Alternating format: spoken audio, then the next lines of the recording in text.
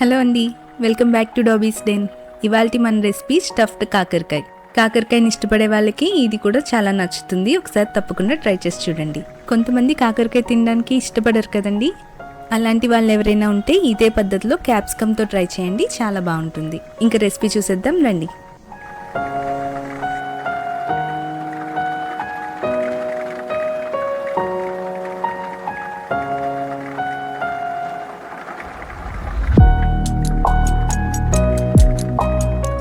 దీనికోసం నేను 1/2 kg కాకరకాయలు తీసుకున్నానండి. వీటిని శుభ్రంగా కడిగి ఇలా పైపైన చెక్కు తీసి పెట్టుకోవాలి. చెక్కుని మరీ డీప్ గా తీయాల్సిన అవసరం లేదండి. ఇప్పుడు వీటిని మధ్యలో ఇలా కట్ చేసి లోపలున్న గింజల్ని తీసేయాలి. ఈ విధంగా అన్నిటిని రెడీ చేసి పెట్టుకున్నాక కాకరకాయల్లోని చేదు తగ్గాలనుకునే వాళ్ళు మాత్రం కాకరకాయలకి ఉప్పు పసుపు పట్టించి ఒక 1/2 గంట పాటు వదిలేసి తర్వాత కాస్త పిండితే నీరు పోతుంది. దానివల్ల చేదు తగ్గుతుందండి.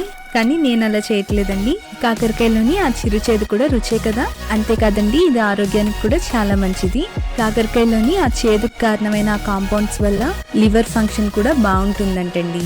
అంతేకాదు డైజెషన్ కూడా ఇది చాలా హెల్ప్ అవుతుంది. అన్నిటికన్నా ముఖ్యంగా బ్లడ్ లో షుగర్ లెవెల్స్ కంట్రోల్లో ఉంచుతుంది. కాబట్టి ఆ చేదుని తినగలిగిన వాళ్ళు చేదు తగ్గించే ప్రయత్నాలు చేయకుండా ఇలా డైరెక్ట్ గా చేసుకుంటేనే ఆరోగ్యానికి చాలా మంచిది. ఇప్పుడు స్టఫింగ్ కోసం ఒక మిక్సీ జార్లో 1/2 కప్పు పుట్నాల పప్పు, 4 ఎండుమిర్చి, 1/2 కప్పు వేయించి పొట్టు తీసుకున్న వేరుశెనగ గుళ్ళు, 2-3 టేబుల్ స్పూన్లు కొబ్బరి ముక్కలు, 5 వెల్లుల్లి రేకులు పొట్టు తీసి వేసుకోండి. రుచికి సరిపడా ఉప్పు, 1 టీ స్పూన్ జీలకర్ర, 1/2 టేబుల్ స్పూన్ సోంపు, అలాగే 1/2 టీ స్పూన్ పసుపు కూడా వేసి మెత్తటి పొడిలా గ్రైండ్ చేసుకోండి.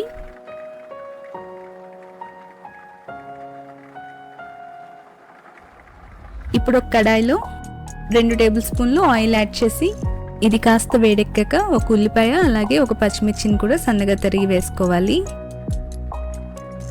ఇప్పుడు ఈ ఉల్లిపాయకి సరిపడా ఉప్పును కూడా వేసుకొని వీడియోలో చూపిస్తున్నట్టుగా ఈ విధంగా వేగే వరకు వేయించుకున్నాక 1/2 టీ స్పూన్ అల్లం వెల్లుల్లి పేస్ట్ కూడా వేసుకొని అలాగే 1 టేబుల్ స్పూన్ సన్నగా చాప్ చేసుకున్న వెల్లుల్లి ముక్కల్ని కూడా వేసుకొని వేయించుకోవాలి. ఇది కాస్త వేగాక ఇప్పుడు స్టవ్ ఆఫ్ చేసి మనం ఆల్రెడీ గ్రైండ్ చేసి పెట్టుకున్న ఈ పౌడర్ని కూడా వేసుకొని బాగా కలుపుకోవాలి.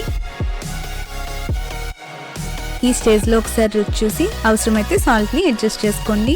అలాగే మీరు ఇంకా స్పైసీగా కావాలనుకుంటే ఈ స్టేజ్లోనే కొద్దిగా కారాన్ని కూడా వేసుకోవచ్చు. ఇప్పుడు మన స్టఫింగ్ రెడీ అయిపోయింది.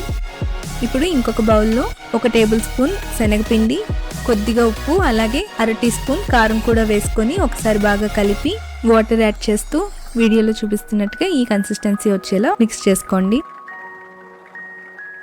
ఇప్పుడు ఈ బ్యాటర్ని 1-2 స్పూన్లు కాకరకాయలో వేసి ఈ బ్యాటర్తో లోపలంతా కోట్ అయ్యేలా చూసుకొని ఎక్సెస్ ఉంటే తీసేయండి. ఇప్పుడు మనం ఆల్రెడీ రెడీ చేసి పెట్టుకున్న ఈ ఫిల్లింగ్తో కాకరకాయల్ని పూర్తిగా స్టఫ్ చేయండి. ఎంత పడితే అంత మిక్చర్ టైట్గా స్టఫ్ చేసేయాలి.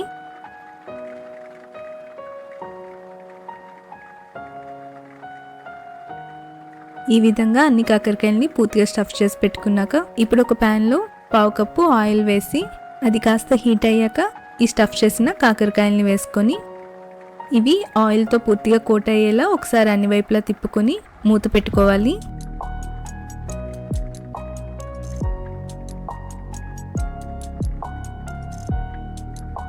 వీటిని మధ్య మధ్యలో తిప్పుతూ అన్ని వైపులా ఈవెన్గా కుక్ అయ్యేలా చూసుకోవాలి.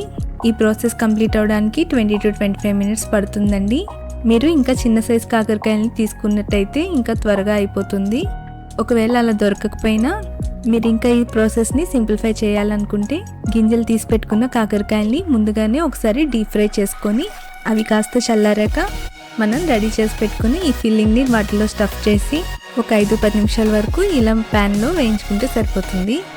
మీరు వీటిని కలుపుకుంటున్నప్పుడు వీడియోలో చూపిస్తున్నట్టుగా ఆ ఆయిల్ని కాస్త వాటి మీద వేస్తూ ఉంటే ఆయిల్ లోపలికి వెళ్ళడం వల్ల మనం ఫిల్ చేసుకున్న స్టఫింగ్ కూడా రోస్ట్ అయ్యి చాలా రుచిగా తయారవుతుంది. దీనికోసం మనం తయారు చేసుకున్న ఫిల్లింగ్ 1/2 kg కాకరకాయలకి కరెక్ట్గా సరిపోయిందండి. ఒకవేళ మీకు ఏమన్నా మిగిలితే కాకరకాయలు సగానికి పైన కుక్ అయ్యాక ఆ మిగిలిన ఫిల్లింగ్ని కూడా దీంట్లో వేసేసి ఫ్రై చేసుకోండి. ఈ కాకరకాయలు పూర్తిగా కుక్ అయి మంచి కలర్ వచ్చేలా ఫ్రై చేసుకుంటే మన స్టఫ్డ్ కాకరకాయ రెడీ. నచ్చిందా? నచ్చితే ఈ వీడియోని లైక్ చేసి మీ ఫ్రెండ్స్ అండ్ ఫ్యామిలీతో షేర్ చేయండి. అలాగే ఇంకా మన ఛానల్ ఎవరైనా సబ్స్క్రైబ్ చేయకపోయి ఉంటే తప్పకుండా సబ్స్క్రైబ్ చేసుకొని బెల్ ఐకాన్ క్లిక్ చేసి నోటిఫికేషన్స్ని ఆన్లో పెట్టేయండి. Thank you.